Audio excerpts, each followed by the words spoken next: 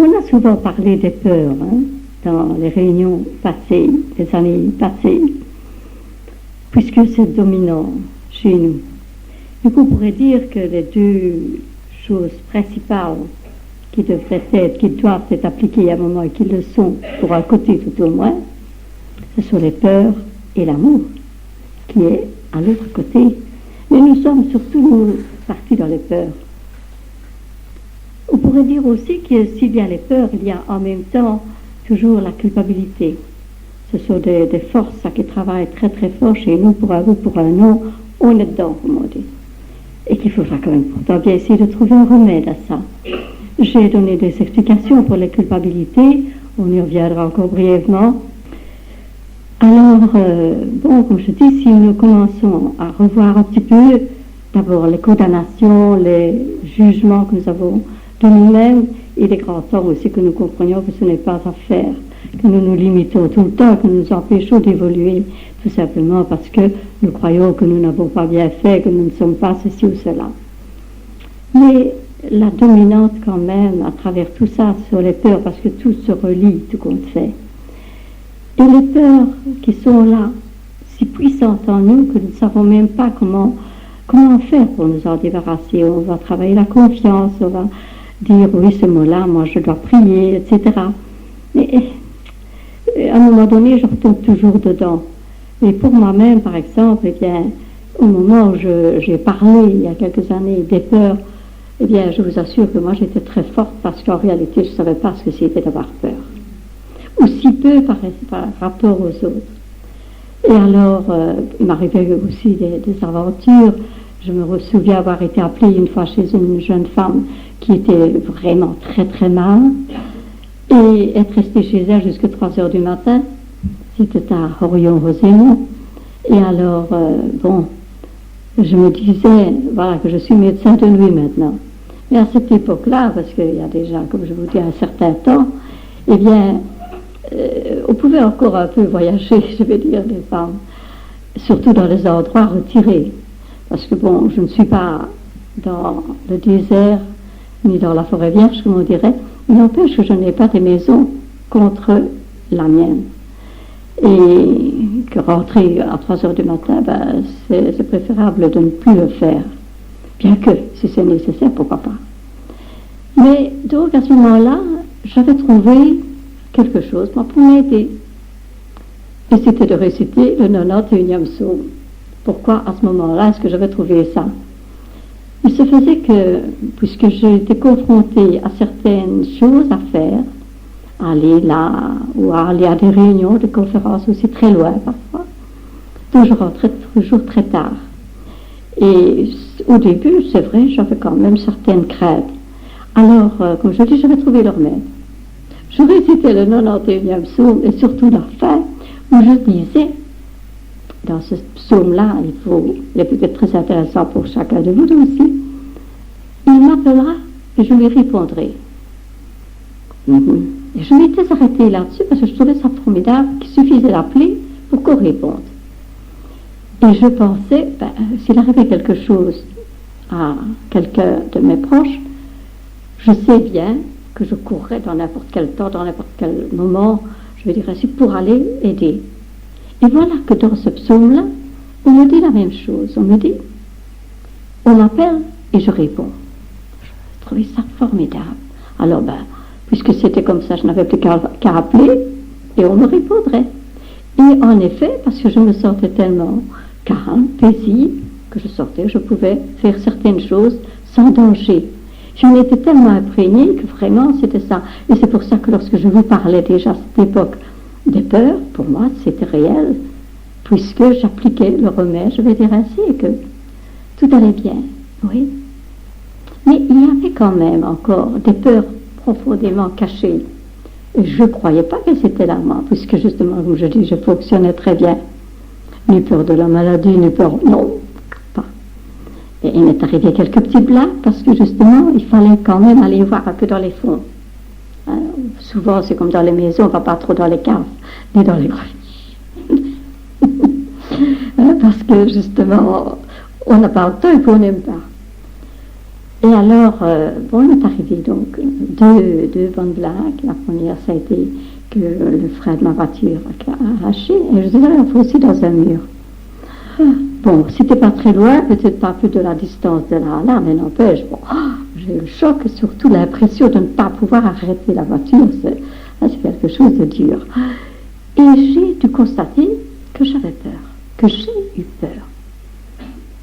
La deuxième fois, c'était aussi avec la même voiture, peut-être 2 ans après. Là, c'était pas moi, mais c'était un jeune qui vient se jeter sur le flanc de ma voiture. Que le voir par terre sans se relever, pour moi, ça a été quelque chose d'abominable. Donc, il y a eu la peur par rapport à moi-même et puis par rapport à l'autre. Et qui a été, je vais dire, aussi pénible, si pas plus. Parce que de voir quelqu'un là qui ne se relève pas, vous ne savez pas ce qui s'est passé et vous pensez que c'est très, très, très grave. À tel point que 2 jours après, moi j'ai fait une cystite qui m'a duré 6 mois. Je ne parvenais pas à m'en débarrasser, tout ça parce qu'il y avait une émotion très, très forte. Et là, je me suis rendu compte que cette peur-là, en moi, était affreuse, elle me déchirait de partout. À tel point que je ne serais plus partie, je regardais la voiture. Oh, il n'était plus question de cette voiture, bien que pour le premier cas, j'avais déjà dû changer de voiture, parce qu'elle avait été tellement mochée. Eh bien, je me disais non. Et pourtant, à ce moment-là, j'ai senti que je devais dire, j'ai peur, je crève de peur. Et le dire, c'était soulager la peur. À ce moment-là, je ne le savais pas encore très, très, très bien, mais je sentais que c'était une nécessité qu'il fallait dire, pour le sortir de moi, qu'il fallait avouer aux autres, à ma famille, j'ai peur, j'ai très peur. Parce que c'était maladif, c'était tout mon corps qui avait peur. Et je dis, je ne connaissais pas ça auparavant, donc il fallait que ce soit exprimé entièrement pour que je le comprenne, d'abord, pour que je comprenne aussi les autres qui pouvaient dire qu'ils avaient peur, sans qu'on ne la parle soi-même, on ne comprend pas les autres, et qu'à ce moment-là aussi, ça peut être une libération totale, parce que sinon vous créez de la bonne maladie, vous n'en sortez pas. Ce qui m'a fait prendre conscience aussi, c'est que mon mari avait eu un accident sur l'autoroute, aussi un jour de verglas, en allant à Chertal, par l'autoroute, et qu'il n'avait pas su freiner la voiture parce que le verglas était intense et qu'il y avait un amas de voitures qui empêchait de passer, et il était allé fausser dedans malgré lui. Mais lui n'a jamais dit qu'il avait peur. Il n'a jamais dit qu'il avait mal. C'est-à-dire que moi, bon, j'avais 2 côtes froissées, lui 3 cassées, c'était évidemment beaucoup plus douloureux, mais il n'a jamais dit. Et qu'est-ce qui est arrivé? Il a créé un cancer du poumon qu'on appelle un mésothéliome, c'est-à-dire le cancer de la peur. Et quand je savais qu'il y avait quelque chose qui s'était passé, mais quoi exactement, je ne savais pas le dire. Mais donc, il y a peu de temps, quelques années après cette histoire pour moi, j'ai eu l'occasion de rencontrer dans un congrès un monsieur, un scientifique qui justement a expliqué ça façon, on pourrait dire, du docteur Amer, si vous en connaissez un vrai. Et alors là, c'était ce qui s'était passé chez lui. Il n'a pas exprimé, il n'a pas avoué, parce que c'est gênant pour un homme de dire j'ai peur. Il ne le dit pas, donc il va le garder en lui. Et le gardant en lui, il a créé ce cancer. C'est pour dire à quel point, justement, notre relation avec nos cellules, avec tout ce qui se passe en nous, a de l'importance et qu'il nous faut veiller à sortir les choses, à le dire, même si c'est pénible, même si c'est gênant, même si c'est triste de devoir avouer ça, on n'aime pas. Mais il vaut mieux le dire franchement, que l'on a peur qu'on ne se sent pas bien, plutôt que de l'avaler, comme on dit, parce que bon, c'est la maladie. Et c'est pour dire à quel point, justement, les choses peuvent avoir une action profonde sur tout notre corps. Maintenant, la médecine, certains, parce que bon, la plupart, non, vont maintenant rechercher le pourquoi et le comment des choses. Et si on les retrouve et qu'on parvient à les faire sortir, je dirais ainsi, de la personne, eh bien la guérison est amorcée. C'est incroyable, mais c'est comme ça. Parce qu'il y a un point au niveau du cerveau correspondant à l'organe en question. Ici, en l'occurrence, c'est la peur de la mort qui fait que vous criez un cancer du poumon parce qu'à un moment donné, vous vous voyez dans une situation difficile et que c'est cela qui va déclencher la maladie à cause d'un point précis au niveau du cerveau qui correspond au poumon. Et maintenant, certains médecins, comme je dis, autour le docteur Hammer, hein, vous avez déjà entendu parler de lui, je suppose. Hein. Eh bien, évidemment, toute la médecine sur le dos, hein, parce qu'on n'aime pas d'avouer des choses pareilles, ni d'aller dans ce sens-là, mais c'est reconnaître que l'homme est autre chose qu'un corps, qu'il a différents corps en lui, qu'il est composé de sentiments, de pensées et tout ça, qu'il est un être total. Et si on ne soigne pas les différents corps, ben, on ne peut pas soigner le corps physique, puisque tout dépend. Donc voilà maintenant déjà un petit peu élaboré une idée de ce que la peur en nous peut provoquer et qu'il est nécessaire de veiller, nous, à corriger certaines choses, à comprendre certaines choses pour que justement nous puissions dépasser cela.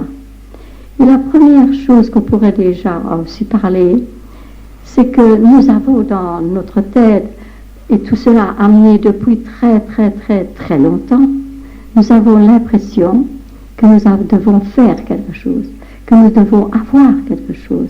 C'est ainsi, j'en ai parlé la première fois, que dans notre idée déjà à un niveau ici un petit peu plus simple, eh bien, nous devons avoir un diplôme, nous devons avoir une bonne situation, nous devons avoir une maison, une voiture, etc.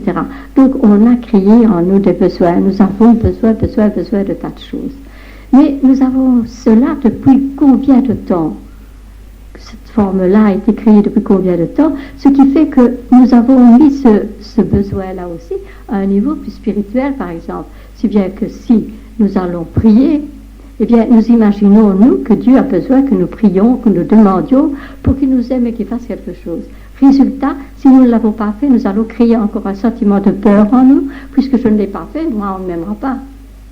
Je serai bon à rien, moi, encore une fois, puisque je ramène toujours toi, ma petite personne, parce que c'est comme ça que cela s'est fait depuis des siècles, eh bien, c'est presque normal que nous allions dans ce sens-là.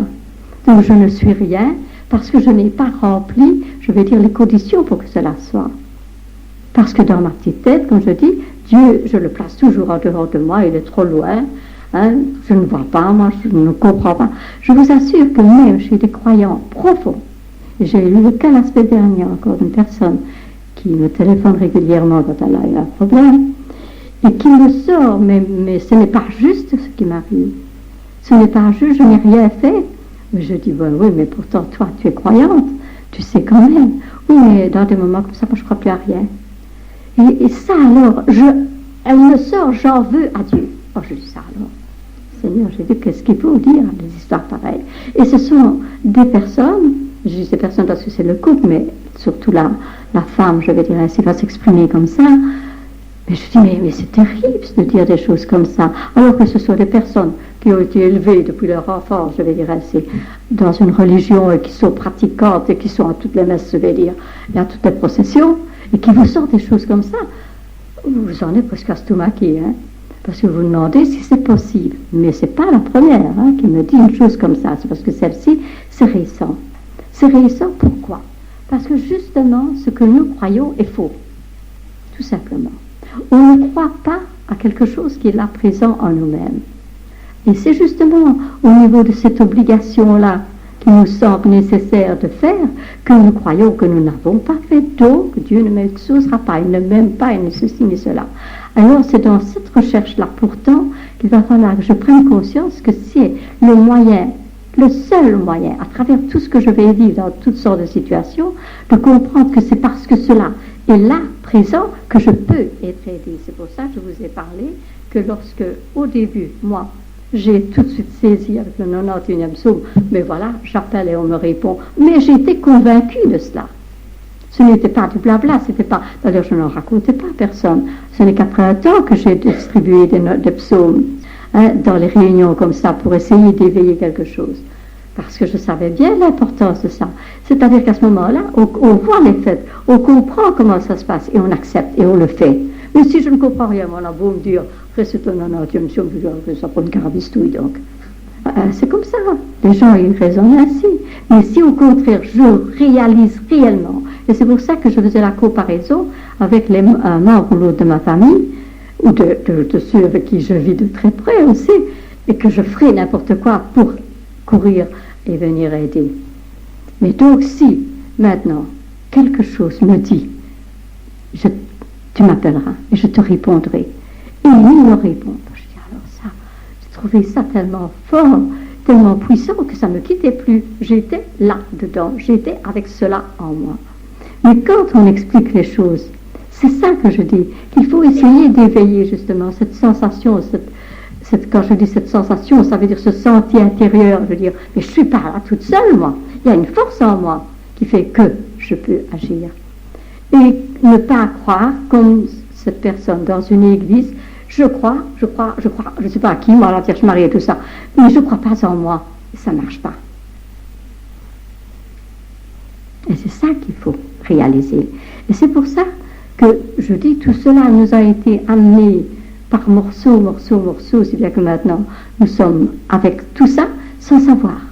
Et nous avons mis nos besoins sur des choses matérielles, comme je dis, sur les voitures et les maisons et tout ce que nous avons.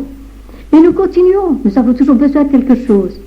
Mais quand c'est au niveau spirituel, eh bien là nous sommes en vrac, parce que tout de suite on va dire, oui mais moi j'ai perdu l'habitude, moi je peux prier. Et quand je prie encore, je n'y crois pas. Hein? Donc je prie un peu machinalement, ou je pense un peu machinalement à quelque chose de ce genre-là. Mais si je sais à un moment que cela est en moi, carrément, moi j'ai plus besoin de courir très loin, moi je dirais, et en même temps je pourrais entrer en contact avec la vie qui est en moi. Et la vie qui est en moi, elle ne demande rien. Et ça c'est formidable. Elle ne me demande rien du tout. Elle ne me demande pas de prier. Elle ne me demande pas de faire des sacrifices de quoi que ce soit. Elle me demande simplement de savoir qu'elle est là. De savoir qu'elle est là et d'apprendre à m'aimer. Et ça, c'est quelque chose de formidable de réaliser cela. Et c'est quelque chose aussi que je dois commencer à expliquer à mes enfants, qu'ils n'ont pas besoin de rien que d'eux-mêmes pour être bien. Et qu'étant bien, eux, ils peuvent alors donner de l'amour. Et que ça, c'est le cadeau le plus grand qu'ils ont. Et qu'ils ne seront pas moins aimés, je vais dire, ni par les parents, ni par les autres, parce que justement, ils ont tout en eux. Et ils ont besoin de savoir ça maintenant, nos enfants. Parce que sinon, ils vont tomber dans le même travers que nous. Si ce n'est pas encore pire, je vais dire ainsi. Parce que dans la vie, justement, on mettra toujours le paquet sur le matériel et pas justement sur ce qui fait partie de l'esprit et de l'amour dans les sensations. Alors, il est évident que passant d'un point à l'autre, je vais dire ainsi, non seulement nos besoins, ils ne sont pas à leur place, nos besoins sont tout à fait, ou bien dans la matière, ou bien dans un esprit qui a dévié, qui n'est plus à sa juste place. Et évidemment, le résultat va être que nous allons toujours penser, et cela j'en ai parlé il y a des années sans le savoir à ce moment-là, à ce point comme c'était important de parler d'échec. Et c'est ça que nous vivons aussi. Bon, hein, je suis bon à rien, moi. Je suis mal foutu. Je ne sais rien faire. J'ai ceci, je n'ai pas cela. Et c'est chaque fois que ça va revenir aussi dans notre vie que ça. Et ça va nous détruire. Alors qu'en réalité, dans la vie à un autre niveau, dans la vie spirituelle, dans la vie, je vais dire, qui est au-dessus de nous, eh bien, il n'y a jamais d'échec. Il y a des tentatives de notre part de faire quelque chose, parce que nous avons quand même en nous cet élan, ce besoin d'aimer. Et nous allons faire des efforts. Mais souvent, c'est vrai, hein, nous avons raté. On pourrait dire ainsi. Mais en réalité, c'est encore l'image qu'on nous a donnée et qu'on continue même à donner à nos enfants. Tu es reparti, tu es mal foutu, tu es un bon arrière. Alors que justement, il n'y a jamais d'échec aux yeux de Dieu. Et encore une fois, je rappellerai qu'il n'est pas là, qu'il est là. Et qu'il n'y a jamais d'échec dans ce que je fais, quelle que soit la chose que je fais. Il y a simplement un apprentissage. Quelque chose que j'essaye de faire et que je fais maladroitement, que je fais bêtement, que je fais parfois nullement, mais que j'essaye de faire. Parce que dans ma vie, c'est cet élan, ce besoin est là, mais je ne sais pas ce qu'il est, je ne sais pas lui donner un nom. Alors quand quelque chose, je dis, se passe à un niveau, eh bien ce n'est pas à rester en moi un échec. Je n'ai pas de travail, je n'ai pas su faire, j'ai eu ceci, j'ai eu ça. Ce n'est pas un échec, c'est une prise de conscience qui se fait quelque part et que là, encore une fois, ce ne sera jamais considéré au niveau de Dieu comme un échec. Jamais. Et comprendre ces choses-là petit à petit, ça me revalorise. Et je pense que c'était cela surtout que je voulais faire passer aujourd'hui, tout en parlant des peurs, puisqu'elles sont toujours à la base. mais justement pour leur faire prendre une autre dimension. Alors, s'il y a cet échec-là, évidemment, comme je viens déjà de l'amorcer, c'est parce qu'il y a en même temps cette désunion vis-à-vis de Dieu. Je ne le sens pas, moi. La preuve, je vous dis quelqu'un de très, je pourrais dire très catholique, je vais l'appeler comme ça, très chrétien, moi, bon. Eh bien, elle sort des choses comme ça. Donc, pour elle, elle n'est pas en union avec Dieu. Et nous, qu'est-ce que nous sentons, nous? Est-ce que nous sentons que nous sommes unis? Ou bien est-ce que, comme il est toujours placé dehors, s'il m'arrive une tuile, c'est à cause de lui? On nous sort cela. Ce n'est pas juste. Et quand je dis qu'est-ce que c'est qui n'est pas juste, c'est pas juste. C'est pas juste ce qui m'arrive. Va plus loin. Je savais bien, rien que quand elle disait ça, ce qui allait sortir. Je le savais. Ben oui, moi ça me révolte. Dieu. Ah, je dis, je m'attendais à ce que tu le dises. Je lui ai fait la réflexion. Je m'attendais parce que ça coulait de source, ça allait venir. Alors bon, il ne faut pas demander.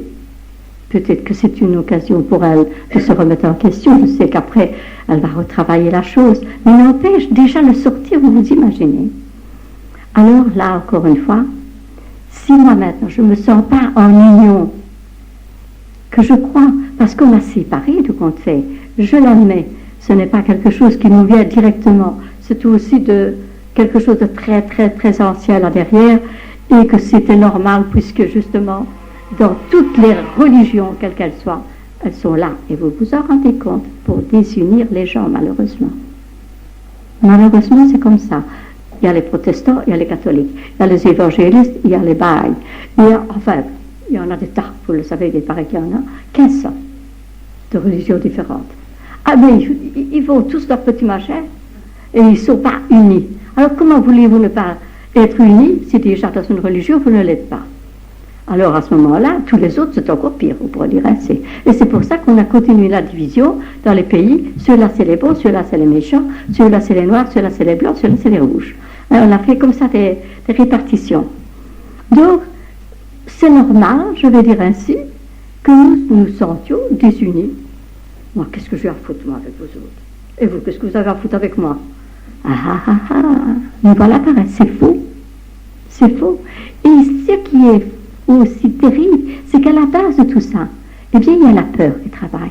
Parce qu'on ne sait jamais, moi, si j'étais trop près des autres, hein, qu'est-ce que je recevrais d'eux?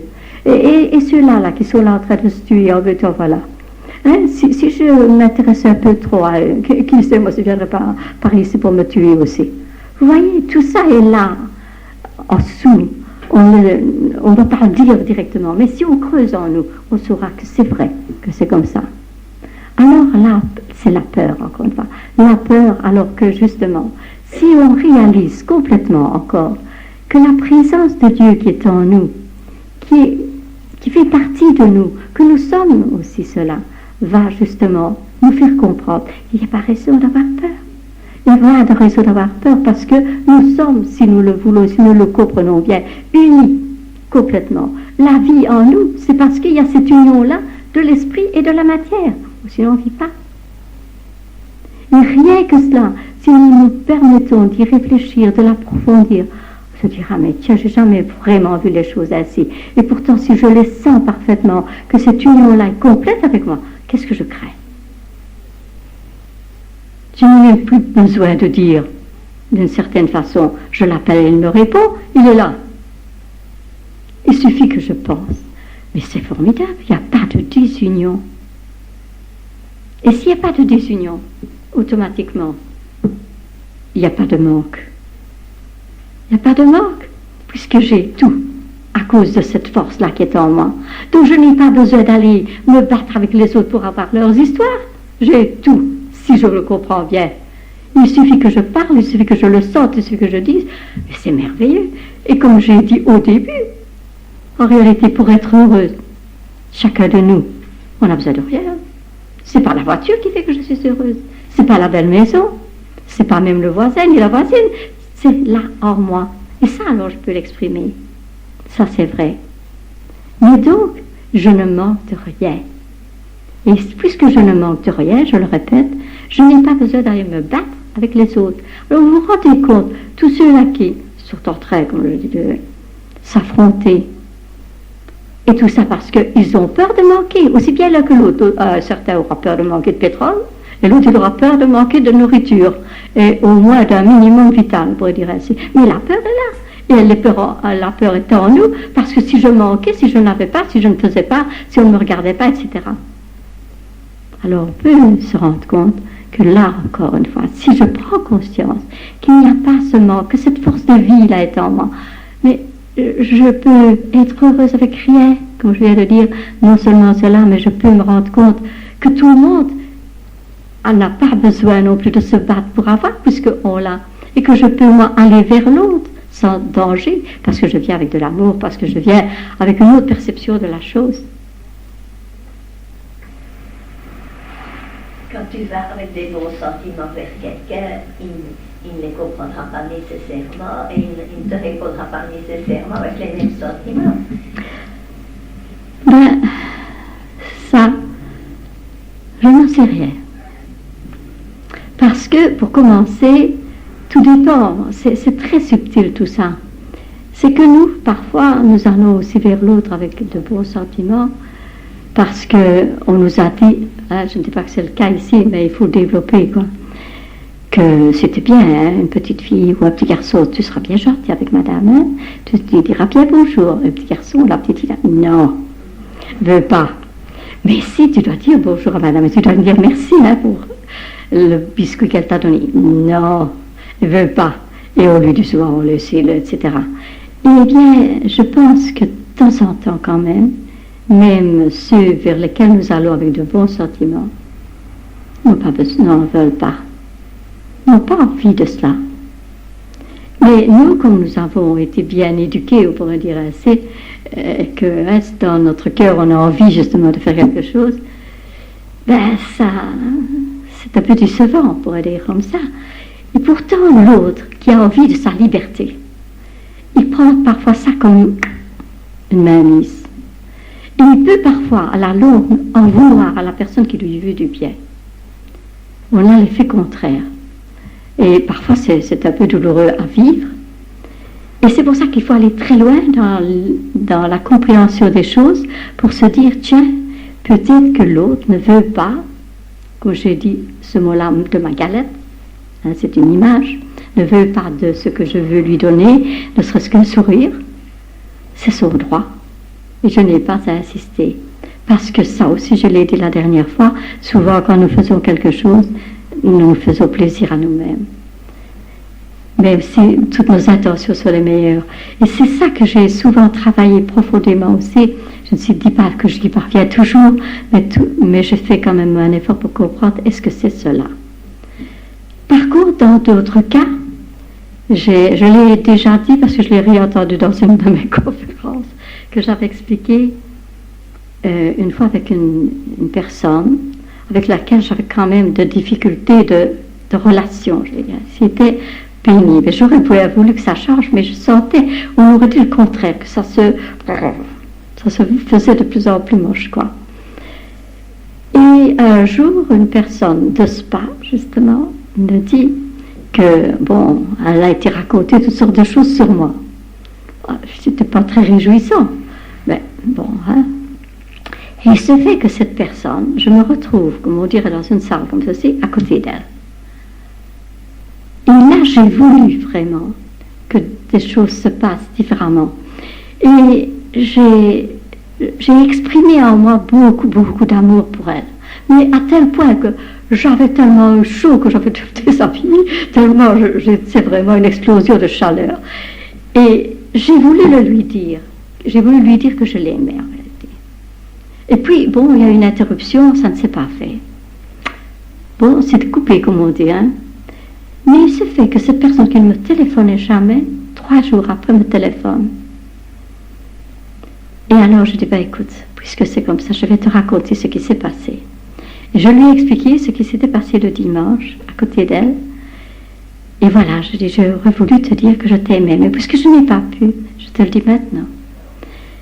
Et alors, je lui ai dit que j'avais appris qu'elle avait pu me décauser, hein, bon, avec d'autres, mais ce que moi je sentais pour elle, voilà. Alors elle m'a dit, moi aussi je t'aime. Et je peux te le dire. Alors, vous voyez, là, ça a été formidable parce que ça a été le départ d'une très grande amitié. C'est une personne qui m'a fait des cadeaux extraordinaires, tout simplement parce que j'avais osé lui dire ce que je pensais de Kurt Weill.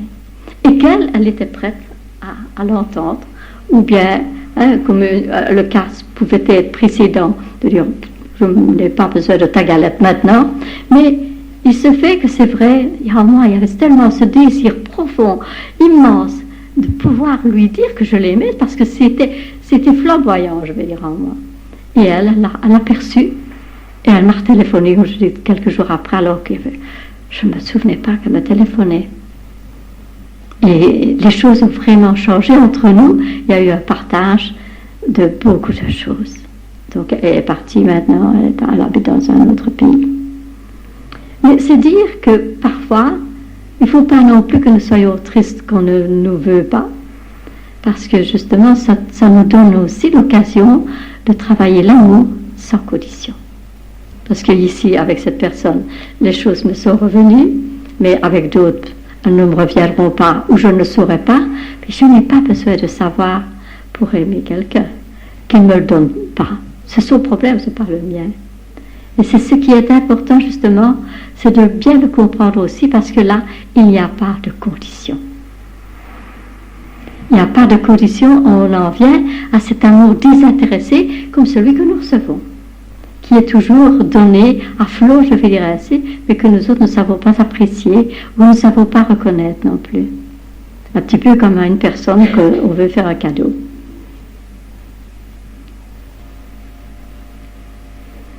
Vous parlez tout à l'heure de la personne qui s'était révoltée contre Dieu, et je trouve que,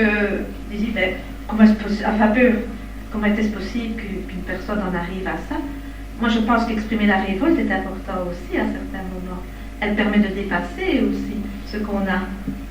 Si on ne l'exprime pas, elle reste parfois là aussi. Oui, parfois, mais quand c'est quelqu'un, je pouvais aller un peu la secouer un peu plus, parce qu'elle a suivi des tas de conférences, donc elle a entendu beaucoup de choses. Elle a son enseignement, bon, que je respecte, n'est-ce pas, parce que moi-même, je pourrais dire chrétienne, ça pourrait dire ainsi. Mais justement, ici, c'était vraiment quelque chose de grave, parce que la première fois qu'elle a vécu quelque chose comme ça, c'est un cancer de l'utérus, n'est-ce pas? Et je suis allée plusieurs fois chez elle faire du magnétisme. Je suis allée une fois à l'hôpital aussi pour aider. Et elle savait à la fin, elle m'a osé avouer ce qui s'était passé. Et bien sûr, peu de choses près, ça se répétait. Et c'est ça que je l'ai rebousculé, parce que j'ai dit, attention, tu vas revivre quelque chose. Non, je prends attention. Mais je dis alors, accepte ce qui arrive. Il est évident que si j'ai donné cet exemple-là, c'est parce que c'était un vécu que j'ai pu exprimer, enfin. Et comme je vous dis, ce qui est arrivé à cette personne, ça a été grave, il y a quelques années. La révolte peut être le début de l'expression de quelque chose qui peut être travaillé et qui peut être dépassé. Oui, et peut-être. Parfois qu'elle sorte aussi.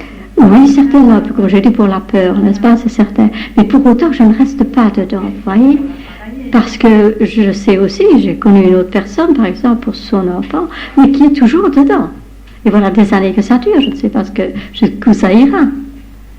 Parce que le moment même vienne, parce que c'est, on pourrait dire, presque naturel, n'est-ce pas? Mais, quand même, se révolter,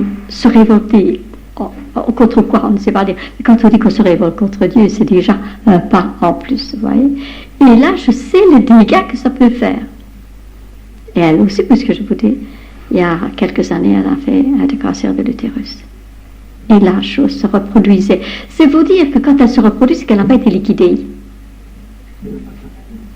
Non, mais quand des personnes subissent des épreuves comme ça aussi fortes, elles cherchent un responsable. Elles ne vont pas chercher à l'intérieur d'elles, elles ne se sentent pas responsables de leur vécu. Bien sûr. Ah, mais ça, c'est tout à fait d'accord. C'est la faute d'eux. Voilà, c'est pour ça que dans les explications que je donne, c'est parce que moi-même, je fais ce travail où j'essaye, je dis bien, au maximum, de pousser très très loin à ce niveau-là, de remettre en question tout le temps des choses, pour pouvoir les expliquer, pour ne pas qu'on tombe dans ce travers qui fera qu'à un moment donné, vous allez créer de la maladie dans votre propre corps. Tout simplement parce qu'il n'y a pas suffisamment d'amour pour soi. La révolte, ce n'est pas nécessairement contre quelqu'un, c'est contre une situation. Oui. Moi, j'ai perdu mon mari il y a 2 ans et demi d'ici. Au moment de sa maladie et de son décès, il y a certaines révoltes qui ont été travaillées, je l'ai travaillé, etc. Mais je suis passée par ça. Et je pense que c'était important de l'exprimer aussi. Si vous le viviez, certainement. Moi, je pense. Parce que vous voyez comment on est parfois différent. Moi, j'ai vécu jusque vous, je ne me suis pas révoltée. Et c'était comme ça même. Je n'y, comment dire, à cette époque, je vous assure, je ne savais pas toutes les choses que je fais. Je ne l'ai pas fait parce que je savais. Je l'ai fait comme ça parce que c'était comme ça, quoi. Et vous avez, en plus, je vais dire ainsi, vous l'avez vécu, vous l'avez dépassé, c'est formidable. Ça, c'est certain. Je pense que l'important dans ce cas-là, c'est d'accepter la mort, ne pas le prendre, c'est facile à dire, hein, mais je pense qu'il faut l'apprivoiser. Il ne faut pas prendre la mort comme quelque chose de... C'est-à-dire que tout dépend où chacun se trouve à ce moment-là. N'est-ce pas? Encore une fois, on ne peut pas penser, moi c'est ceci, moi c'est cela, parce que justement chacun ressent les choses. Il est évident que plus on a de connaissances dans, comment dire, dans l'interprétation de la vie qu'on fait, eh bien, plus c'est, on ne peut pas dire facile, c'est toujours des moments pénibles à vivre, mais je veux dire qu'on les dépasse plus facilement quand on sait quelque chose. Que celui qui ne connaît rien, c'est le drame le plus grand, on est complètement diminué à ce moment-là. Mais si vous savez que la mort, par exemple, si vous avez déjà cette connaissance, même si elle n'est qu'encore qu'intellect, que la mort, ça n'existe pas, et que l'esprit de la personne est quelque part, et que, bon, je ne vais pas faire tout un débat là-dessus parce que ce serait trop long, aujourd'hui en tout cas, mais donc à ce moment-là, vous n'avez pas la même idée ni la même façon de le vivre qu'un autre. Hein. Quelqu'un qui ne connaît pas, pour lui c'est le grand drame, il n'y a plus rien. Pour vous, vous avez quand même vécu après d'une bonne façon, si je comprends. Ah oui, mais je veux dire, je pense qu'il ne faut pas nier que par rapport à certains événements, on passe par une phase parfois de révolte. Et l'important, c'est de pouvoir l'exprimer, de pouvoir le travailler. Ah, sûrement. Parce que sinon, je crois qu'on empêche certaines personnes d'exprimer ce qu'elles ont au fond d'elles-mêmes aussi. Oui, c'est certain, mais vous voyez... Par rapport à la peur de la mort, c'est différent. Je crois que par rapport à différentes choses, je crois que c'est important aussi qu'on puisse sûrement. travailler. Enfin, moi, c'est mon point de vue. Sûrement, mais du moment que vous allez passer à, et c'est ça la nuance du conte fait, que vous essayez de passer à cette compréhension de ce qui est là profondément à l'intérieur de vous, c'est-à-dire la divinité, ça se calme cette révolte-là, parce que vous vivez trop près de cela. C'est une union totale qui se fait. Et c'est vrai que toutes les expériences que nous vivons sont là pour cela. Et quand cela s'accomplit, c'est normal, vous comprenez que ce que vous vivez, c'était pour arriver à ça, tout compte fait. Donc il n'y a plus de raison de penser que ça ne devait pas être ou qu'on se révolte, parce qu'on comprend, tiens, tout cela était là pour ça. Et au départ, on ne le voit pas, on ne comprend pas. Mais après, oui, on dit ça alors. Même si c'était difficile, même si c'était dur, tout ce que j'ai vécu, c'était pour que ce soit là. Pour qu'il y ait ce rapprochement, que je comprenne de mieux en mieux ce qui est à l'intérieur de moi. Qui je suis, tout compte fait. C'est ça la nuance. Il y a des nuances avec tous les êtres. Hein? Ceci, cela. Il n'a pas peur de la mort, il aura peur d'autre chose. Comme nous autres, on n'a pas peur d'autre chose, on a peur de ça. On a chacun sa peur, je vais dire ainsi. Mais la peur, j'ai souvent parlé d'un éventail, vous pouvez la situer à des tas de niveaux, mais nous avons, nous autres, chacun notre propre peur, et elles sont là justement pour nous faire comprendre tout ce que le travail que nous avons à faire, tout compte fait, pour justement évoluer, pour prendre conscience, pour nous rappeler qui nous sommes. Bon, nous avons donc parlé des manques. Alors, si nous enchaînons un petit peu à travers tout ce que nous avons déjà dit aujourd'hui, nous avons aussi en nous cette notion formidable de jugement. Et ça, c'est terrible. C'est terrible parce que non seulement nous croyons qu'on nous juge, mais nous jugeons les autres et nous nous jugeons nous-mêmes. Et ça, c'est aussi très difficile parce que là, encore une fois, il y a toujours la peur qui est cachée là derrière. Elle est là, présente chaque fois. Parce que justement, si nous nous jugeons, c'est parce que, bon, je l'ai déjà dit sous une autre forme, nous ne croyons pas bien. Nous ne sommes pas à la hauteur, nous ne sommes pas ceci ou cela. Et que nous pensons, puisque nous autres, automatiquement aussi, on le fait vis-à-vis des autres, on les critique, on les juge tout le temps. Et je dois dire, bon, que si je ne me surveille pas, je ferai comme tout le monde. Je l'avoue humblement parce que c'est le passé qui revient tout le temps, il est là présent, et ça se fait presque automatiquement de se dire, t'as vu comment elle est foutue aujourd'hui? T'as vu comment elle parle aujourd'hui? T'as vu celui-là? Et puis bon, mais c'est facile, on est parti dedans. Tu sais, elle a raconté, elle a encore raconté ceci et ça. Et ben, voilà, on est parti dedans. C'est une vieille bébête, c'est une ceci, cela. Chaque fois, ça nous vient. Ça nous vient. Et je dois dire que, exprès, je l'avoue, que nous pouvons tomber tous dans le piège. Hein. Nous pouvons tomber tous dans le piège. Ça va très très vite. Alors que justement, là encore une fois, il va falloir que nous comprenions qu'il y a toujours, comme je dis, cette peur-là qui est cachée. Et qu'en même temps, si nous pensons nous à juger parfois, nous croyons aussi que les autres nous jugent, comme je dis. Mais ce qui est pire, c'est que nous croyons aussi, encore une fois, que Dieu nous juge. Et ça, c'est grave, encore une fois, d'une certaine façon, puisqu'il est simplement de l'amour, qui n'a pas une forme humaine comme nous, et que c'est une énergie, comme je dis, d'amour total, sans condition. Il ne nous jugera jamais. Jamais. Parce que dès qu'il y a jugement, il y a condamnation. Alors nous ne sommes pas condamnés par Dieu. Comme je dis, il nous donne la vie. Il nous donne la vie au maximum. Et que nous, notre travail, d'une certaine façon, c'est de reconnaître cela.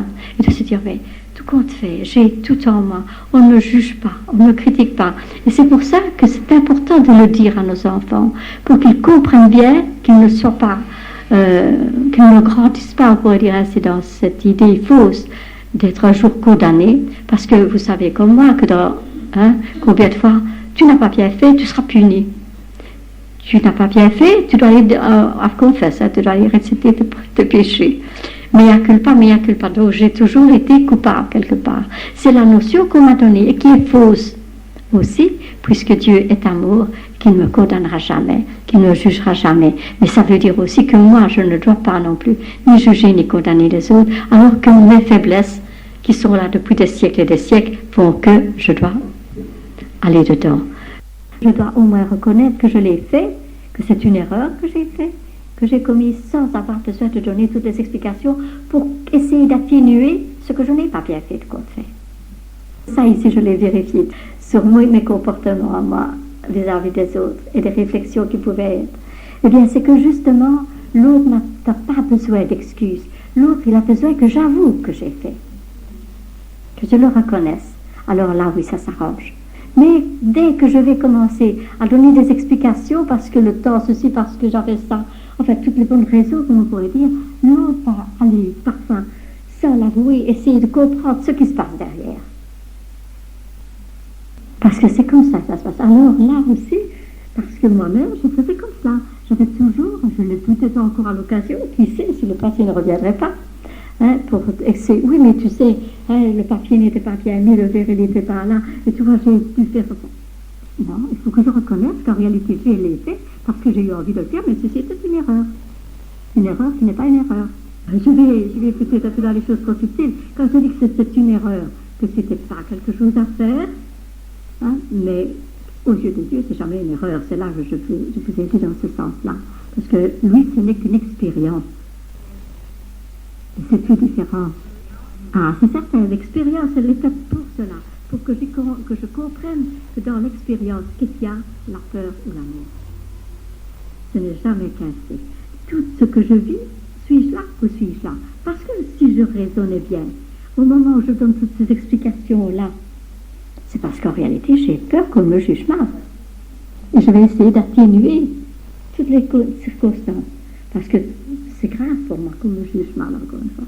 Alors qu'en réalité, il vaut mieux, comme je dis, que j'avoue, j'ai eu cette faiblesse, j'ai eu peur, ou bien je n'ai pas bien agi, je me l'ai fait comme ça, c'est tout. Là, c'est l'amour qui travaille. Et c'est pour ça qu'on dit que la peur dérobe et cache et transforme les choses, tandis que l'amour libère, tout simplement. Et c'est pour ça qu'il faut tendre vers ça. Et c'est parce que je l'ai expérimenté combien de fois en moi, que j'ai compris vraiment comment ça se passait, pour justement arriver à dire oui, j'aurais pas dû, c'est pas bien, c'est comme ça, bon, je vais faire. Accepter cela en sachant que justement la force de vie qui est en moi, encore une fois, je la reconnais et ça me fait plus mal puisque je suis dans l'amour de cette énergie. Je vais dans son sens à elle, qui ne condamne pas, qui ne juge pas. Donc ici, j'accepte que j'ai mal agi et ça, c'est une libération. Je peux prendre n'importe quelle chose où je la tourne et je la mets dans un contexte où les autres ne se sentent pas agressés, où moi je ne viens pas en agressivité et les choses se passent beaucoup mieux. Et c'est ça, justement, que nous ne savons pas faire parce que tout de suite nous sommes, le soupe au lait, on pourrait dire ainsi. Alors on vient trop vite, on ne va pas suffisamment dans les nuances. Alors qu'en réalité, on pourrait, parce qu'alors à ce moment-là, c'est l'amour qui se manifeste. Tu viens pas, non pas pour englober l'autre, leur enfermer, comme on a dit, dans un verre dans la farine, non, c'est pas ça. Mais tu viens avec le meilleur de toi-même. Et l'autre, tu viens avec des choses justes, tu ne viens pas pour te justifier. C'est tout différent. Hein? Je sais bien que je suis ici dans des choses beaucoup plus subtiles, beaucoup plus difficiles à saisir, dans le sens que on essaie de comprendre des comportements que nous avons depuis très longtemps et que nous vivons avec, qui sont tellement devenus une habitude que nous croyons que ça fait vraiment partie de nous, ce qu'on fait. Et c'est pas tout à fait exact. Mais pour que les choses changent, pour que les choses changent d'abord en nous, que nous ayons cette prise de conscience-là, de cette totalité de vie, il faut que nous nous remettions en question par rapport à des tas de choses qui ont été travaillées en nous. Parce que bon, quand je dis, hein, supposons il y a 500 ans, bon, oui mais c'était peut-être moi qui étais à cette époque-là. Et ça, je n'y pense jamais. Ça aussi, c'est un peu fort d'aller dire ça. Que j'étais là, moi, ben, qui sait, hein, ce que nous avons fait en tant qu'âme dans ce temps-là. Passant d'une chose à l'autre, il est un fait que nous allons constater que nous sommes dans une parfaite ignorance. Dixième, hein? Nous sommes dans une parfaite ignorance parce que tout ce que je viens de dire a été vécu d'une certaine façon et est vécu, mais à l'envers. Et qu'il va falloir justement, à travers tout ce qui a été dit déjà, de répéter peut-être et de se dire, oh là là, bon, comment est-ce que je vois maintenant ceci ou cela. Mais si je comprends que je dis que je suis dans l'ignorance, ce n'est pas dans une ignorance intellectuelle, ce n'est pas dans une ignorance du savoir, parce que là aussi, hein, peut-être que je me crois quand même un peu supérieure, moi maintenant, j'ai certaines connaissances. Et là, je parlerai aussi pour moi, qui ne faudra pas jeter dans le travers de me dire, oh, moi je sais et les autres ne savent pas. Alors que justement, je comprends aussi que celui qui sait ne sait rien. Et qu'en plus, quand on parle d'ignorance, c'est de comprendre justement que cette énergie-là est en nous et qu'elle est dans l'autre. Alors, se faire une gloire de ce que l'on a, de ce que l'on est, et qu'on sait que l'autre a, c'est complètement idiot, pour finir. Hein. Alors bon, je ne vais pas aller tirer parti, moi, de frapper les choses que je sais, alors que vous le savez, mais vous ne savez pas que vous le savez. Ça, c'est autre chose. Et c'est justement ça qui va faire qu'à un moment donné, on se réveille un peu, et c'est ça, chez moi, je l'ai, et je ne le savais pas. Et c'est ça qui est formidable, parce que nous sommes convaincus que nous savons des tas de choses, et en réalité, la chose principale qui est cette présence en nous, nous l'ignorons complètement. Parce que si nous le savions vraiment, nous serions tout différents de ce que nous sommes. Mais ça, ce n'est rien, puisque justement, tout ce que j'ai déjà expliqué, tout ce que nous vivons tout le temps, c'est pour arriver à cela, à me rappeler cela. Ce sera le sujet de la fois prochaine qui va aussi être un peu carabiné, parce qu'il faut quand même qu'on commence à comprendre.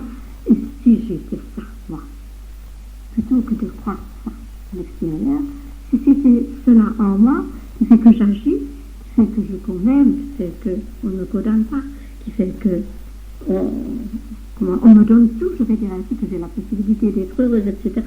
C'est simplement parce que j'ai conscience de cette présence en moi et que je n'ai plus à aller courir, chercher très loin. Et que ce sont ces expériences, ces difficultés que je mets en route, que je vis, qui vont m'amener petit à petit à y arriver. Il ne faudrait quand même pas que je me casse trop la tête, parce que là, ça me fait quand même mal. Hein. C'est vrai, il faut mettre en pratique, on le sait bien. Mais si je ne sais pas, je ne sais même pas mettre en pratique ce que je ne sais pas, ce qu'on fait. Et ça a encore un rapport avec la personne même. Personne ne va la juger, personne ne va l'inquiéter. Si elle dit comme ça, c'est son choix. Mais il est un fait certain que la première chose, c'est que je sache qu'il y ait quelque chose, que je comprenne comment ça se passe. Quand je ne comprends pas, hein, c'est comme le bonhomme là, qui passera sur la rue, qui me collerait à l'œil. Donc ça peut pas. Bon, moi, à part le pigeon, je ne connais rien d'autre. Hein, ou à part la télévision, je ne connais rien d'autre. Mais quand on commence à chercher, à comprendre, il est évident qu'à ce moment-là, on va se poser des questions et qu'on aura envie de savoir de plus en plus. Parce que quand on a mis le petit doigt, comme vous le savez bien, on veut comprendre. Et c'est au moment où justement on réalise ces questions, non pas nécessairement de par ce que moi je raconte, mais ce que vous allez vous découvrir par rapport à vous-même, à travers ce que j'ai dit, mais par rapport à vous, votre propre histoire, qui vaut bien la mienne, je me dis, si pas meilleure. C'est un peu la raison pour laquelle je vous invitais à poser des questions, parce que on n'est pas obligé de croire tout ce que je raconte.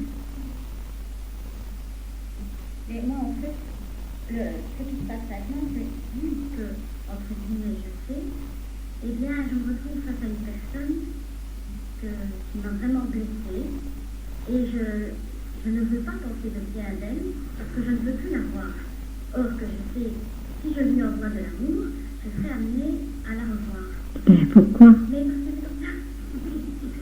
Vous comprenez? Parce que maintenant, c'est une idée tout à l'heure, mais c'est pas parce que vous envoyez bien que la personne va vous rendre. Moi, j'ai constaté plusieurs fois qu'en envoyant bien, on reçoit toujours de la personne. Toujours.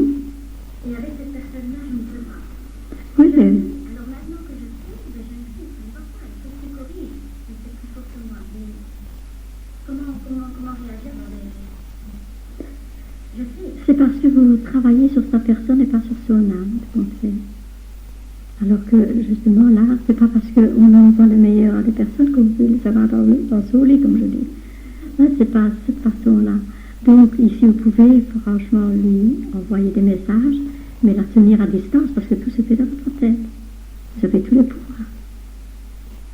Alors, voyez-la à l'écart, mais aimez-la en tant qu'âme. Reconnaissez-la en tant qu'âme. Et c'est là notre difficulté. Je vous assure que nous savons, alors encore une fois, si je parle, parce que je suis toujours en train de reprendre, eh bien, il m'est arrivé il n'y a pas très longtemps, une personne que vraiment, je vous assure, que j'ai déjà vécu des tas de choses avec, quand j'ai vu qu'elle revenait, tout de suite, parce que justement, je connais certaines choses, et bien voilà, j'ai pu transformer, j'ai dit bon.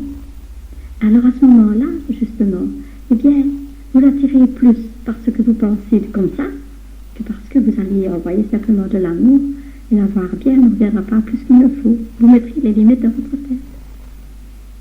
Mais vous ferez, vous, en tant qu'âme, vous la reconnaîtrez, vous lui enverrez le meilleur, puisque ça aussi c'est quelque chose que je n'ai pas suffisamment dit, c'est que nous ne sommes jamais, nous autres, séparés les uns des autres. Alors bon, si vous croyez, vous, que vous allez la tenir comme ça, simplement parce que vous lui envoyez de l'amour et que vous ne voulez pas parce qu'elle vous craignez, vous ne pouvez pas empêcher qu'elle soit, parce que nous sommes tous reliés. Aussi bien avec l'Afrique, je vais dire que l'Asie ou l'Amérique, nous sommes tous reliés, nous sommes dans le même bain. Et c'est cela aussi qu'on pourrait faire la comparaison, que nous sommes reliés avec Dieu, que nous le voulions ou pas, c'est comme ça. Il ne faut pas aller chercher midi à 14 heures. Mais nous, en tant que personnes physiques, nous ne sommes pas obligés d'être avec elle. Mais dans votre tête, si vous travaillez au niveau de son âme, que vous la voyez heureuse, que vous lui envoyez les meilleures choses, c'est pas pour ça qu'elle va venir chez vous. Et là, vous libérez, vous vous dégagez. Parce que de toute façon, vous sera des cas comme ça. Si c'est pas ça, ce sera une autre forme qui se remettra en place. Nous voulons écarter quelque chose, mais en même temps, nous voulons transformer quelque chose, nous recréons la situation. Combien de fois ça arrive? D'ailleurs, on voit ça souvent dans les couples. Bon, on se sépare, on va chercher le même homme. On se sépare, on va retrouver encore le même. Et donc, c'est parce qu'il y a un travail qui n'a pas été fait, donc on doit retrouver une personne ou qui vous fait travailler. Moi, j'ai vu ça.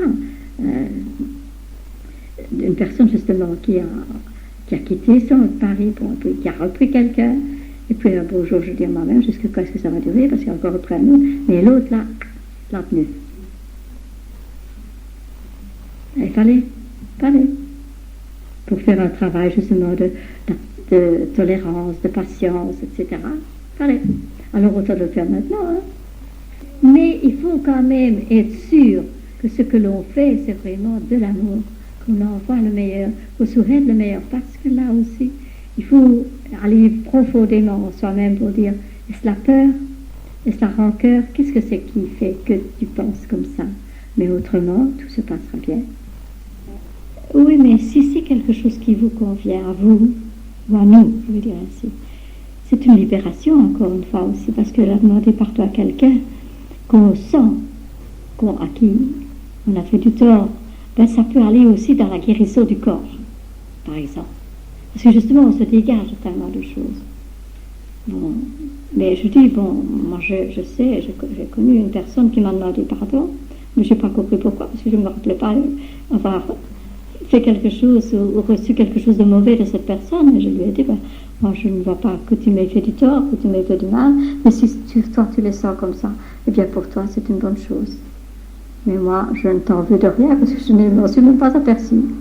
Nous voulons nous autres donner des explications à nos gestes, je vais dire ainsi, parce que nous avons peur qu'on nous juge mal. Donc à ce moment-là, si nous faisons quelque chose qui fait du tort, que nous sorte tout au moins, ça va plus faire du tort à quelqu'un, on va dire pardon. Mais ça, c'est les petites excuses, les petits pardons que nous pouvons faire, je veux dire presque à longueur de journée, parce que nous faisons... Mais que c'est un acte aussi d'amour envers l'autre, ou d'humilité, de dire, oui, excuse-moi, je n'ai pas dû laisser la porte ouverte, oui, c'est certain. Mettre les brosses à dents à la place, c'est certain. Et dans la vie de tous les jours, le fait de s'excuser, ça peut mettre... Oui, hein, c'est certain, mais le tout aussi, c'est qu'en même temps qu'on s'excuse, on se dit, tiens, je vais essayer de ne plus le faire. Hein, voilà, parce qu'on pourrait s'excuser à longueur de journée. Hein. Et ça, c'est vrai, parce que pour un homme, il peut souvent des petites bêtises comme ça, des plus grosses. Mais n'empêche que le tout, c'est de prendre la résolution de dire, je ferai attention pour que ce ne soit plus. Hein, parce que ça ne suffit pas. Et c'est vrai qu'en même temps, il y a une attention vers l'autre, il y a déjà un geste d'amour. Ça, c'est certain. J'ai toujours retenu d'une de tes conférences cette phrase-là, tu as dit pardonner, c'est se faire un cadeau à soi-même. Oui, c'est certain. C'est pour ça que je dis que parfois ça peut se guérir. Oui, parce que justement ça fait de la rouille. J'expliquais souvent ça comme ça, que ça faisait de la rouille en nous. Justement, mais ça c'est pour les choses très importantes évidemment. Bien que les petites choses à longueur de journée, ça nous ronge aussi, ça nous mine. Hein. Et là aussi, avec l'air de rien, ça nous procure parfois des rhumes, ou des petites grippes ou des angines. On ne sait pas pourquoi j'ai ramassé le micro, ben tel, je l'ai ramassé celui-là. Bon, hein, il traînait quelque part, moi je l'ai ramassé. Alors qu'en réalité, ce sont justement toutes nos petites choses négatives qui procurent tout cela. Ça, c'est certain. Ben, moi, je crois aussi que la jalousie, c'est la peur. La peur totale. Ce qui veut dire que je ne fais pas confiance à l'autre, jamais. Et là encore aussi, si je comprends bien la chose, puisque j'ai peur de lâcher, on ne sait jamais si l'autre faisait ou ne faisait pas aussi ceci. Je fais tout un cinéma dans ma tête par rapport à ça. Que le moment où je vais avoir confiance totale, c'est parce que j'ai en même temps confiance aussi dans la divinité en moi. Et c'est ça qui est important. Vous voyez, je reviens toujours à la même chose. Parce que dans les questions que l'on pose, on ne parle pas suffisamment de cette relation avec Dieu en nous. Alors que c'est le point principal. Tout le reste vient pour aller là. Et ça, on ne pose pas la question. Donc, mais bon, c'est bien comme ça parce que ce moyen-là va me faire comprendre l'autre. Donc, pour en revenir à ce que vous disiez, donc la peur, la peur de manquer, d'une certaine façon, de manquer de l'autre, de manquer qu'on me fasse ceci ou qu'on me traite, enfin, tout ce qu'on peut amener par cela. Et si j'ai confiance, je fais toujours la relation exprès, donc je peux avoir confiance à cette énergie-là qui me donne la vie, qui ne demande pas que je fasse ceci ou je ne fasse pas ça. Elle a confiance en moi. Et je suis ici, moi, pour manifester cela, c'est-à-dire l'amour au lieu de la peur. Si j'aime vraiment quelqu'un, mais vraiment très très fort, je dois arriver justement à ne plus être jalouse, ou jaloux, parce que justement j'ai confiance qu'on me donne la vie de la même façon. Et que c'est la peur, et que la peur fait à ce moment-là que justement moi je me fais un cinéma, je me fais toutes sortes de choses, et l'amour, elle n'est qu'un don. Il faut que je comprenne bien la nuance, où je suis là, il n'y a pas de partage. Ça ne dit pas que c'est facile à faire, hein, quand on a cette tendance. Mais encore une fois, peut-être que j'aurais plus facile si je comprenais, mais qu'est-ce que c'est que je cherche, moi, ici, avec quelqu'un, avec une femme, avec un homme, avec des amis, avec des parents, etc. Mais pourquoi est-ce que je vis à travers tout ça, si ce n'est pas pour arriver au but? Vous voyez, moi, le but, je ne le connais pas. Je suis toujours dans tout le reste, excepté dans le but. Et moi, si vous remarquez bien, j'essaie tout le temps de vous ramener dans le but, qui est la raison de toute vie du compte fait. Tous les chemins que nous faisons depuis le début des temps, dans toutes les formes que nous avons vécues, depuis combien de milliards d'années, dirait Jean Charron, un physicien. Il appelle 15 milliards d'années. Alors bon, sous quelle forme avons-nous été? Et nous avons évolué là-dedans et nous irons encore plus loin pour arriver justement à cette forme-là totale de lumière que nous étions. Mais tout cela est là, ce sont les conditions, je vais dire ainsi, que nous mettons en route pour que cela soit un jour. Mais nous sommes toujours, nous, dans les conditions. Alors là, quand vous réalisez ça aussi, c'est pour ça que je dis profondément vous-même, vous parvenez à dépasser. Parce que sinon, vous allez rester, comme tout le monde, dans ce que chacun vit, et c'est fou. C'est l'illusion, encore une fois. Parce que même quand nous savons déjà certaines choses, on le voit encore à côté. Il ne faut pas demander celui qui ne sait rien. Et qu'en plus, on a mis le crapet dessus pour dire tu dois croire comme ceci, tu dois manger comme ça, tu ne dois pas faire ceci, parce que ceci, oh là là là là. Et si tu le fais, les autres ne seront pas d'accord. Nous sommes tout le temps pris dans cet engrenage. Donc l'humanité. Mais ce qui est important de comprendre aussi, c'est qu'il y en a quand même quelques-uns qui commencent à s'éveiller, pour dire ainsi, c'est un peu comme un jardin de fleurs, elles s'éveillent. Oui, mais il y en a d'autres qui vont s'éveiller de plus en plus, parce que je vous ai parlé la dernière fois de la communication des idées et des pensées, que lorsque moi j'avais réalisé, il y a déjà des années, que tout ce que je pense avait une répercussion sur moi, et que lorsque j'avais comme ça des mères, comme je dirais, ma fille, tu n'as qu'à t'en prendre qu'à toi-même. Et puis bon, j'avais compris ce qui se passait avec mon entourage, ce que je pouvais amener à mon entourage. Et puis alors, après, c'était sur le monde. Je vous ai dit ça, que c'était à la Marline, au moment là où j'écoutais un séminaire en homéopathie. Pourquoi est-ce qu'à ce moment-là, moi, je vais prendre cette conscience que je suis en relation avec le monde et que tout ce que je peux penser et sentir, d'autres aussi le perçoivent, parce que nous sommes justement tous reliés. À ce moment-là, on peut s'imaginer que ça ne va pas si vite que l'on croit, parce que justement, il y a tout cela qui doit y passer, toute la terre entière, ce qu'on fait. Mais que lorsqu'il y a un groupe qui s'éveille comme ça, automatiquement aussi, il envoie des choses. C'est certain que l'on reçoit. Et c'est pour ça qu'il faudra comprendre aussi. Et à un moment donné, ça a été aussi le carabinier en moi, de me dire que chaque fois qu'il y a parfois une douleur dans le corps, comment est-ce que je ne peux pas souffrir ou parfois être abattue? Je ne comprenais pas pourquoi. Mais quand on sait que nous sommes reliés à tous ceux-là qui souffrent, automatiquement, à un moment donné, nous pouvons ressentir, sans le savoir, justement toutes ces forces de souffrance-là qui sont là. C'est impossible autrement. Comme dans le corps, quand vous avez mal, je vais dire, un doigt de pied, tout votre corps y passe. La pointe de votre doigt, tout votre corps y passe. C'est la même chose, parce que tous les autres sont là. On pourrait dire nos frères et nos sœurs, nous sommes attachés à eux, comme ils sont attachés à nous. C'est tout le problème de toute l'humanité, tout compte fait. Et là, encore une fois, si je me laisse aller, je me dis, oh là là, je n'y arriverai jamais. On a tendance parfois, parce que ça paraît immense, et de se dire, oui, mais si je réalise qu'en même temps, que c'est un gros machin, on pourrait dire ainsi, mais si je réalise en même temps la force qui est en moi, dont je ne fais pas suffisamment rappel, la puissance qui est en moi, que je peux réaliser par la qualité de mes pensées et de mes sentiments, mais je me dis alors, moi je ne savais pas que j'étais si forte. Alors voilà, je transforme encore, je dis, je suis ça moi. Alors bon, ça me fait reprendre courage, même un peu par moment, j'aurais tendance à flancher quand je comprendrai à quel point je suis reliée avec les autres. Mais c'est important déjà de s'éveiller, puisqu'il y a des tas d'endormis encore. Combien sont la terre qui dorment, c'est vrai, hein? Ça part. On pourrait dire que c'est lent. Mais quand je me rappelle, quand j'ai commencé à faire les conférences, il y a 24 ans, le travail qui s'est fait, le changement qui s'est fait dans les idées, aussi bien qui passe à la télévision ou dans le langage des choses, je me dis, oui, ça paraît long, mais changer les idées alors qu'il y a des milliards d'années que nous pensons d'une certaine façon et que nous sentons d'une certaine façon, mais je trouve que c'est formidable. Ce qui veut dire que c'est un peu comme la petite boule de neige. Ouais, quand elle est petite, hein, elle fait des petits. Puis au fur et à mesure qu'elle grossit, elle prend de plus en plus, elle devient de plus en plus grosse. Donc c'est pareil. Et c'est ça qui peut nous réjouir.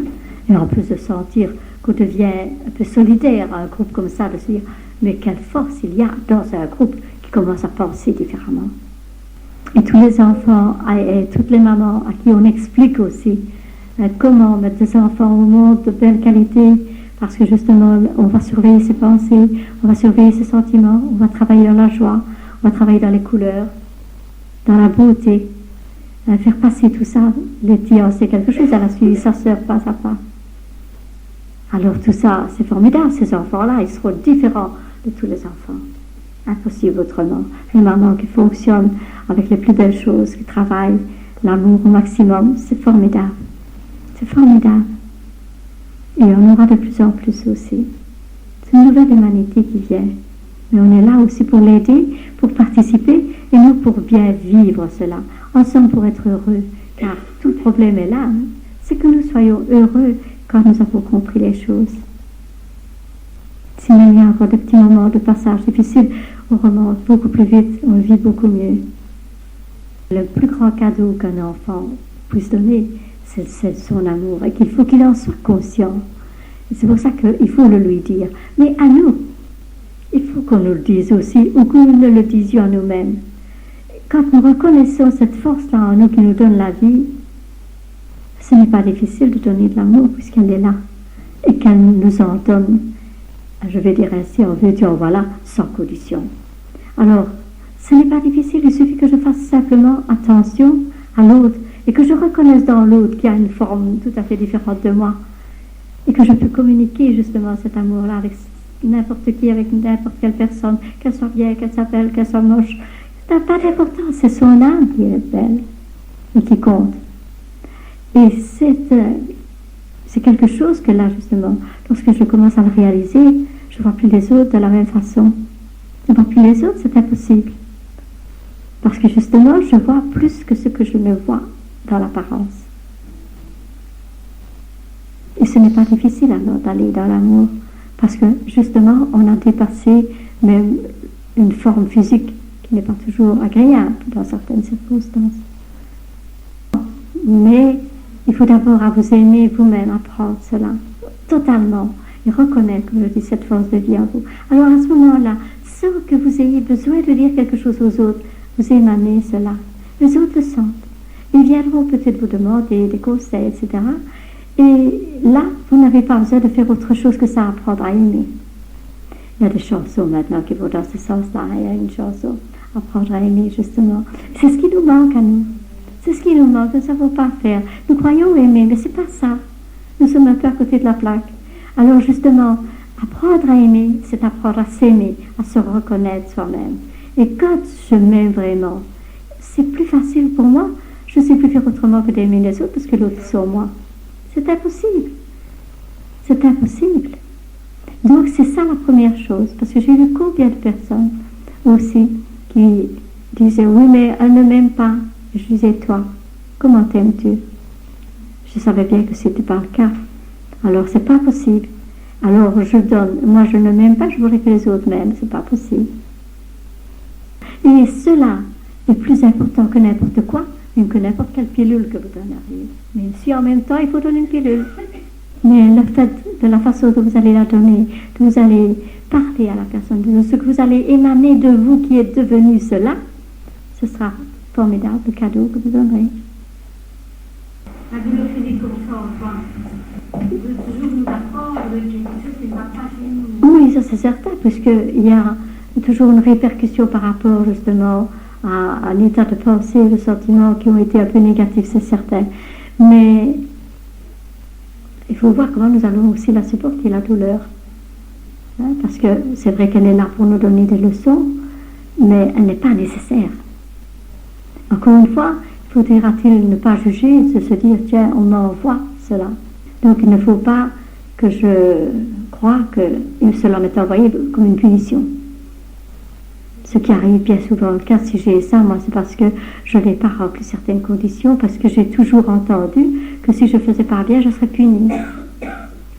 Donc, ce qui se passe en moi, ben, ce n'est pas juste parce que je le prends comme une punition. Et ce n'est pas vrai non plus, puisque Dieu est amour, il ne me punira jamais. Si ce n'est moi qui fonctionne à l'envers et qui m'attire les choses. Dieu vient de donner tout l'énoncé de tout ce que nous pouvons vivre, que ce soit dans la culpabilité, que ce soit dans l'idée que nous avons besoin de ceci ou de ça. Donc, on a expliqué les peurs qui viennent à travers. Justement, ce sont tous les moyens que si je fais attention, je peux corriger et empêcher que cela soit. Pourquoi est-ce que je m'arrêterais, par exemple, sur le fait que j'ai besoin de quelque chose, moi, pour être bien?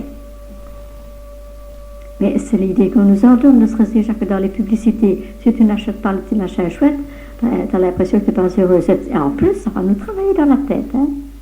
Ça va nous travailler pour des choses aussi banales. Il nous semble que c'est important que nous l'ayons, ou sinon, il nous manque quelque chose. C'est fou, complètement fou. Et c'est peut-être à cette notion-là que nous devons retourner, tout en étant qu'il ne faut pas non plus nous restreindre d'acheter ou de faire quelque chose, mais ne pas savoir que cela, c'est pas utile, c'est pas nécessaire en tout cas, pour que nous soyons bien, parce que quand nous l'avons, nous ne sommes pas nécessairement bien avec. C'est comme ça. Et ça, c'est l'illusion de croire que cela est. Mais l'illusion parallèle à cela, c'est de penser que pour être bien avec Dieu, eh bien, il nous faut faire certaines choses. Il nous faut prier. Je ne dis pas que c'est mauvais la prière, hein, ici, puisque je vous ai parlé de un psaume. Bon, mais seulement, aux yeux de Dieu, ce n'est pas nécessaire. Il nous aime comme nous sommes. Nous n'avons pas besoin de faire ceci ou cela. Ici, je vais dans l'extrême, évidemment, pour dire que, mais n'empêche que nous avons besoin de réciter un psaume. Nous avons besoin de prier. Nous avons besoin, mais pas Dieu. Pas Dieu. Il n'est qu'amour. Il n'a besoin de rien. Et nous, si nous allons dans ce sens-là, nous n'avons besoin de rien, ni de belles couleurs, ni quoi. Bien que ça nous aide, mais si nous sommes loin, nous n'avons plus besoin de rien non plus, puisque nous sommes lui. On peut jouir de tout, mais savoir que tout cela, c'est l'illusion. Et du moment que je sais que c'est l'illusion, je peux le faire. C'est là la différence. Et je ne serai pas plus malheureuse si je ne le fais pas. C'est ça, je dis, de voir clairement que c'est une illusion, que le principal, il est là, mais que je peux faire n'importe quoi, acheter et me faire plaisir, pourquoi pas. C'est bien, mais je sais que si j'étais assiette, j'en aurais plus besoin. Voilà. Mais bon, c'est sur les nuances. C'est dans tout pareil. Parce que sinon, nous tombons dans les peurs. Hein, que si je n'ai pas, je suis malheureuse. Et c'est à travers tout ça, d'ailleurs, que la société actuelle va nous pousser pour que nous achetions, pour créer ces besoins, justement. Mais nous, si nous commençons à faire la part des choses, nous savons très bien que si nous n'avions pas ça, si nous avons cette force intérieure, nous savons nous passer du reste. Parce que ça, nous l'avons. Nous avons beaucoup trop de choses, d'ailleurs. Hein. Mais justement aussi, c'est de comprendre et de faire comprendre, par exemple, aux enfants, que le tout, ce n'est pas de prendre et de prendre, c'est de donner. Et là, encore une fois, c'est une notion qui va dépendre de cela, mais qui est à côté, je vais dire ainsi, très importante, parce que ce n'est pas d'accumuler, comme on me dit de faire, de prendre, d'avoir, et ceci et ça, mais que ce qui va me rendre la plus heureuse, c'est justement de donner. Et c'est ça l'amour, encore une fois. Mais ce sont des moyens. C'est évident. D'ailleurs, vous savez bien ce qui se passe avec l'eau. Hein? Si vous avez une bouteille d'eau, que vous dites merci, la bouteille a fait des cristaux merveilleux, l'eau, je vais dire. Hein? Et au contraire, si on dit méchante, hein, justement, ben, elle risque de pourrir. C'est sûr. Mais ça, vous voyez, ça nous montre à quel point nous sommes puissants. Parce qu'en nous, il y a 70% d'eau et que nous réagissons suivant, justement, nos émotions, nos pensées, et que justement l'eau de notre corps elle fait le même effet que l'eau dans la bouteille. Elle garde, ou elle est belle, elle est pleine de cristaux, de couleurs merveilleuses. C'est la même chose avec la musique. Donc, mais ça, ce sont des moyens. Mais ce sont de beaux moyens pour nous faire justement comprendre qui nous sommes et le pouvoir qui est en nous. Et d'amour, puisque justement tout cela, à ce moment-là, est exprimé. C'est ce que je fais avec les futures mamans, d'expliquer justement ce pouvoir de l'eau, hein, qui subit justement tout ce qu'elle sent, tout ce qu'elle perçoit en elle, et c'est la même chose dans notre corps. C'est un médecin savant japonais, hein, qui a trouvé ça.